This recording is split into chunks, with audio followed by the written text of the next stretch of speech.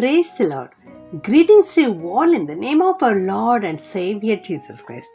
Today's Bible verse, the Gospel according to St. Luke, chapter 11, verse 1. One of his disciples said to him, Lord, teach us to pray. ಲೂಕನು ಬರೆದ ಸುವಾರ್ತೆ 11ನೇ ಅಧ್ಯಾಯ 1ನೇ ವಚನ. ಆತನ ಶಿಷ್ಯರಲ್ಲಿ ಒಬ್ಬನು ಆತನಿಗೆ, ಸ್ವಾಮಿ, ನಮಗೂ ಪ್ರಾರ್ಥನೆ ಮಾಡುವುದನ್ನು ಕಲಿಸು ಎಂದು ಕೇಳಿದನು.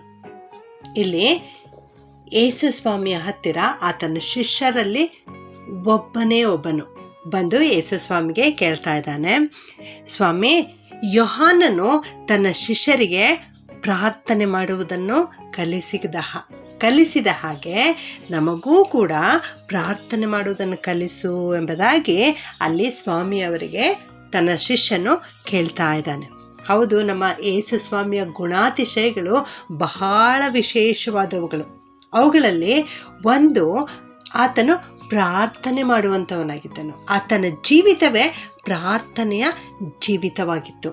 ಇಲ್ಲಿ ಯೇಸು ಸ್ವಾಮಿ ಪ್ರಾರ್ಥನೆ ಮಾಡಿರಿ ಎಂಬುದಾಗಿ ಹೇಳುತ್ತಾ ತಿರುಗಾಡದೆ ತಾನೇ ಪ್ರಾರ್ಥನೆ ಮಾಡಿ ಅವರಿಗೆ ಮಾದರಿಯನ್ನು ತೋರಿಸಿಕೊಟ್ಟಿದ್ದನು. ಯೇಸು ಸ್ವಾಮಿ ಒಂದು ಸುಂದರವಾದ ಪ್ರಾರ್ಥನೆ ಜೀವಿತವನ್ನು ರೂಪಿಸಿಕೊಂಡಿದ್ದರು. ಅದನ್ನು ಕಂಡಿರ್ತಕ್ಕಂಥ ಆತನ ಶಿಷ್ಯರ ಜೀವಿತದಲ್ಲಿಯೂ ಕೂಡ ಒಂದು ಹಂಬಲ ಉಂಟಾಯಿತು. ನಾವು ಪ್ರಾರ್ಥನೆ ಮಾಡುವುದನ್ನು ಕಲಿತುಕೊಳ್ಳಬೇಕು ಎಂಬುದಾಗಿ. ಸತ್ಯವೇದದಲ್ಲಿ 4 ಸುವಾರ್ತೆಗಳಲ್ಲಿಯೂ ಕೂಡ ನಾವು ನೋಡ್ತೇವೆ ಯೇಸು ಸ್ವಾಮಿಯ ಪ್ರಾರ್ಥನಾ ಜೀವಿತದ ಬಗ್ಗೆ.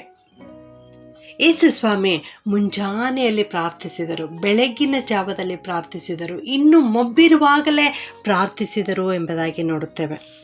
ಲೂಕ 3:21 ನೋಡುತ್ತೇವೆ, ಯೇಸು ಕ್ರಿಸ್ತನು ದೀಕ್ಷಾಸ್ನಾನ ಹೊಂದಿಕೊಂಡು ಪ್ರಾರ್ಥಿಸುವಾಗ ಆತನಿಗೆ ಆಕಾಶವು ತೆರೆಯಿತು ಎಂಬುದಾಗಿ. ಅಲ್ಲಿ ವಾಣಿ ಉಂಟಾಯಿತು, ದೇವರಲ್ಲಿ ಮಾತನಾಡಿದರು. ಪ್ರಿಯರೇ, ಲೂಕ 9:29 ನಾವು ನೋಡ್ತೇವೆ, ಆತನು ಬೆಟ್ಟದ ಮೇಲೆ ಪ್ರಾರ್ಥನೆ ಮಾಡುತ್ತಾ ಇರುವಾಗ ಆತನ ಮುಖಭಾವವು ಮಾರ್ಪಟ್ಟಿತ್ತು. ಅಲ್ಲಿ ಮೋಶೆ ಮತ್ತು ಎಲಿಯನು ಇಳಿದು ಬಂದರು ಎಂಬುದಾಗಿ ನೋಡುತ್ತೇವೆ.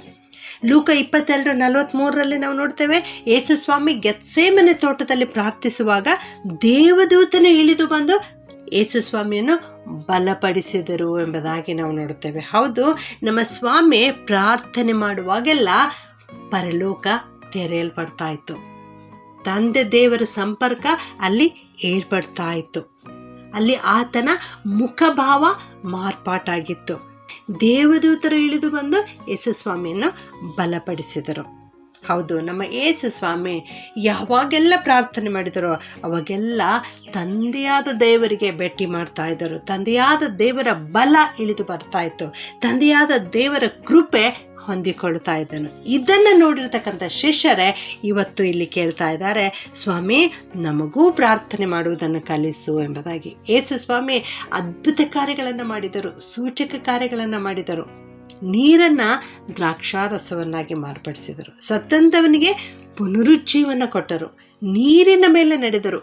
ಈ ಎಲ್ಲ ಮಹತ್ ಕಾರ್ಯಗಳನ್ನು ನೋಡಿದರು. ಆದರೆ ಶಿಷ್ಯರು ಇದನ್ನು ನಮಗೆ ಕಲಿಸು, ಹೇಗೆ ಅದ್ಭುತ ಕಾರ್ಯ ಮಾಡಬೇಕು, ಹೇಗೆ ನೀರಿನ ಮೇಲೆ ನಡೆಯಬೇಕು, ಹೇಗೆ ಸತ್ತಂಥವರಿಗೆ ಬದುಕಿಸಬೇಕು, ಇದನ್ನು ಕೇಳ್ತಾ ಇಲ್ಲ. ಆದರೆ ಅವರು ಕೇಳುತ್ತಾ ಇರುವಂಥದ್ದು ಒಂದೇ ಒಂದು, ಅದು ಸ್ವಾಮಿ, ನಮಗೂ ಪ್ರಾರ್ಥನೆ ಮಾಡುವುದನ್ನು ಕಲಿಸು ಎಂಬುದಾಗಿ. ಯಾಕೆಂದರೆ ಪ್ರಾರ್ಥನೆಯೇ ಎಲ್ಲಕ್ಕೂ ತಳಹದಿಯಾಗಿದೆ. ಪ್ರಿಯರೇ, ನೀವು ಪ್ರಾರ್ಥನೆ ಮಾಡುವಾಗ ಅಲ್ಲಿ ಪರಲೋಕ ತೆರೆಯಲ್ಪಡ್ತದೆ. ದೇವರು ಸ್ವತಃ ಅಲ್ಲಿ ಇಳಿದು ಬರ್ತಾರೆ, ತನ್ನ ದೇವದೂತರನ್ನು ಅಲ್ಲಿ ಕಳಿಸಿಕೊಡ್ತಾರೆ. ನೀವು ಪ್ರಾರ್ಥನೆ ಮಾಡುವಾಗ ಅದ್ಭುತಗಳು ನಡೆಯುತ್ತವೆ. ಆದ್ದರಿಂದ ಪ್ರಾರ್ಥನೆಯೇ ಪ್ರತಿಯೊಂದಕ್ಕೂ ತಳಹದಿಯಾಗಿದೆ. ನೀವು ಕೂಡ ಇದನ್ನೇ ಅರಿತುಕೊಳ್ಳಿರಿ. ಅಂದು ಯೇಸು ಸ್ವಾಮಿಯ ಶಿಷ್ಯರು ಯೇಸು ಸ್ವಾಮಿಯ ಹತ್ತಿರ ಬಂದು ನಮಗೆ ಪ್ರಾರ್ಥನೆ ಮಾಡುವುದನ್ನು ಕಲಿಸಿಕೊಡು ಎಂಬುದಾಗಿ ಕೇಳಿದ ಹಾಗೆ ಇಂದು ನೀವು ಕೂಡ ನಿಮ್ಮನ್ನು ನೀವು ತಗ್ಗಿಸಿಕೊಂಡು ಯೇಸು ಸ್ವಾಮಿಯ ಪಾದದ ಹತ್ತಿರ ಬನ್ನಿರಿ. ದೀನತೆಯಿಂದ ಬೇಡಿಕೊಳ್ಳಿರಿ, ಸ್ವಾಮಿ ನಮಗೂ ಪ್ರಾರ್ಥನೆ ಮಾಡುವುದನ್ನು ಕಲಿಸು ಎಂಬುದಾಗಿ.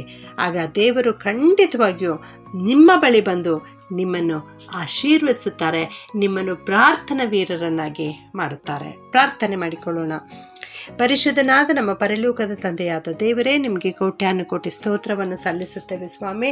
ಅಪ್ಪ, ನೀನು ಈ ಲೋಕದಲ್ಲಿರುವಾಗ ಕರ್ತನೆ ಮಾದರಿಯ ಜೀವಿತವನ್ನು ಜೀವಿಸಿದ್ದಿ ಅನ್ನುವಂಥದ್ದನ್ನು ಇವತ್ತು ಕಲಿತುಕೊಂಡಿದ್ದೇವೆ ಸ್ವಾಮಿ. ಎಲ್ಲ ಸಮಯದಲ್ಲಿಯೂ ಎಲ್ಲ ಗಳಿಗೆಯಲ್ಲಿಯೂ ನೀವು ಪ್ರಾರ್ಥನೆ ಮಾಡುತ್ತಾ ಇದ್ದೀರಿ ಸ್ವಾಮಿ. ಹಗಲಲ್ಲಿ ಬೋಧನೆ ಮಾಡಿ ഇരുಳಲ್ಲಿ ನೀವು ಪ್ರಾರ್ಥನೆ ಮಾಡುತ್ತಾ ಇದ್ದೀರಿ ಸ್ವಾಮಿ. ಇದನ್ನು ಗಮನಿಸಿದ ಶಿಷ್ಯರು ನಮಗೂ ಪ್ರಾರ್ಥನೆ ಮಾಡುವುದನ್ನು ಕಲಿಸು ಎಂಬುದಾಗಿ ಕೇಳಿದರು ಎನ್ನುವಂಥ ವಾಕ್ಯವನ್ನು ಇವತ್ತು ನಮಗೆ ಕಲಿಸಿಕೊಟ್ಟದಕ್ಕಾಗಿ ನಿಮ್ಮನ್ನು ಕೊಂಡಾಡ್ತೇವೆ ಕರ್ತನೆ. ಅಪ್ಪ, ನಾವೆಲ್ಲರೂ ಸ್ವಾಮಿ ನಿನ್ನ ಪಾದದಲ್ಲಿ ಬಂದಿದ್ದೇವೆ ಸ್ವಾಮಿ. ನಮಗೂ ಕೂಡ ಆಶೀರ್ವಾದ ಮಾಡು ಸ್ವಾಮಿ. ನಮಗೂ ಪ್ರಾರ್ಥನೆ ಮಾಡುವುದನ್ನು ಕಲಿಸಿಕೊಡು ಕರ್ತನೆ. ಅದ್ಭುತಗಳನ್ನು ಮಾಡುವಂಥ ದೇವರು ನೀನೊಬ್ಬನೇ ಆಗಿದ್ದಿ ಸ್ವಾಮಿ. ಅದಕ್ಕಾಗಿ ನಿನ್ನ ಹತ್ತಿರ ಬಂದು ಸಹಾಯವನ್ನು ಕೇಳ್ತೇವೆ ಕರ್ತನೆ. ಅಪ್ಪ ಕರ್ತನೆ, ನೀನು ನಮ್ಮ ಜೀವಿತದಲ್ಲಿ ಮಾಡಿರುವ ಎಲ್ಲ ಆಶೀರ್ವಾದಗಳನ್ನು ನೆನೆಸಿ ನಿನಗೆ ಕೃತಜ್ಞತೆಯನ್ನು ಸಲ್ಲಿಸುತ್ತೇವೆ ಕರ್ತನೆ. ಇಂದಿನಿಂದ ನಮ್ಮೆಲ್ಲರನ್ನ ನಿನ್ನ ಮಕ್ಕಳನ್ನಾಗಿ ಮಾಡಿಕೊಂಡು ಪ್ರಾರ್ಥನಾ ವೀರರನ್ನಾಗಿ ಎಬ್ಬಿಸಬೇಕಾಗಿ ಯೇಸುವಿನ ಒಂದೇ ನಾಮದಲ್ಲಿ ಪ್ರಾರ್ಥಿಸಿ ಬೇಡುತ್ತೇನೆ ತಂದೆಯೇ. ಆಮೆನ್.